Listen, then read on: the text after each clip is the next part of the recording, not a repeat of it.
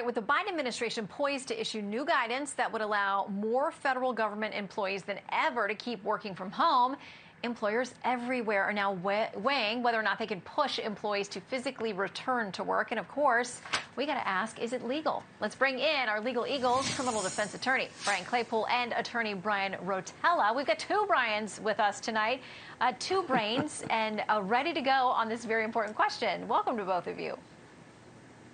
Hi, Shannon. Hi, Shannon. So I read something last week that said something like 10% of workers, I may be wrong on this, were like super excited to go back to work, but like 80+% of CEOs and executives wanted their people to get back to work. So I know that this is a question that's already playing out for a lot of people. The EEOC guidance on this back in 2020, December of 2020, talked about people and working from home and accommodations. They say a request after the workplace reopens to continue telework as a reasonable accommodation does not have to be granted if it requires continuing to excuse the employee from performing an essential function. Brian Rotella, we'll start with you on that. Well, Shannon, this is a legal minefield right now. I'm sure my fellow Brian would agree. I'm experiencing this in my practice every day. These questions are coming up. And the bottom line question that I think you're getting at is whether it's legal, whether you can require an employee to work from home. It is legal, but it doesn't mean it's not risky. And the issue that we're finding, especially as the fog of war is kind of lifting from out of the pandemic, where everybody went and returned to or worked from home, is what do you do now when you're trying to bring people back, and do you bring them back safely? What I mean by that is security.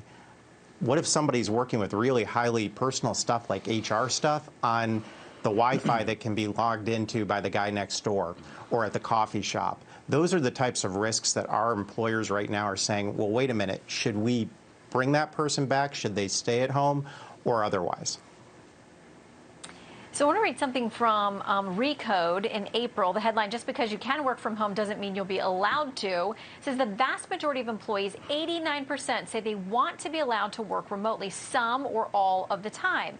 1 in 4 employees say they might quit their jobs after the pandemic, mostly because they want to look for work with greater flexibility. So, Brian Claypool, we know that there are millions of jobs out there and employers who say they cannot get them filled. They can't entice people to come back to work just to be rejoining the workplace at all. Now we're trying to get people out of their homes and back into the workplace.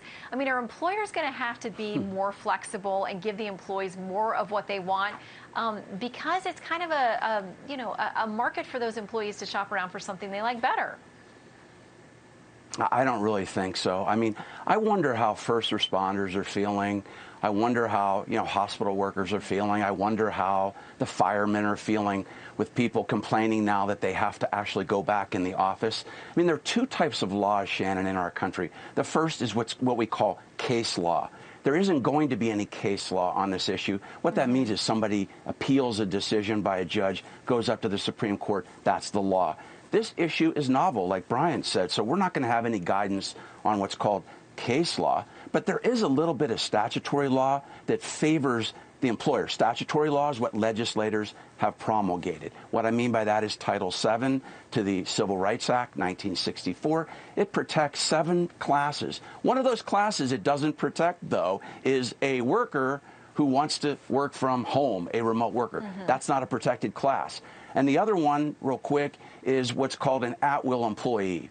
Most states have a law in place that says unless you have a written contract that says you can be terminated for cause and disciplined for cause, you're basically at the mercy, Shannon, of the employer. The employer can pretty much do what he or she wants to you, and that includes forcing you to come into the office or you risk losing your job. Quickly, Brian Rotella, how quickly do you think we end up getting some case law on this? I got to imagine it's already close to litigation, if not there. Oh, these cases are in the court. The number one cases through the pandemic have been employment cases. And just piggybacking on what Brian just said, when does work stop when you work from home? That's the cases that we're seeing, Shannon, the on the clock, off the clock. My concern is, and I know that the Biden administration is pushing some things around this, is this might become the Trial Lawyers Relief Act with the type of lawsuits that we are going to see coming from this. Yeah. All right, Brian, thank you very much for your expertise. Keep us up to date because we know these are going to keep percolating. Great to see you both. Thank you, Shannon. Thanks, Shannon.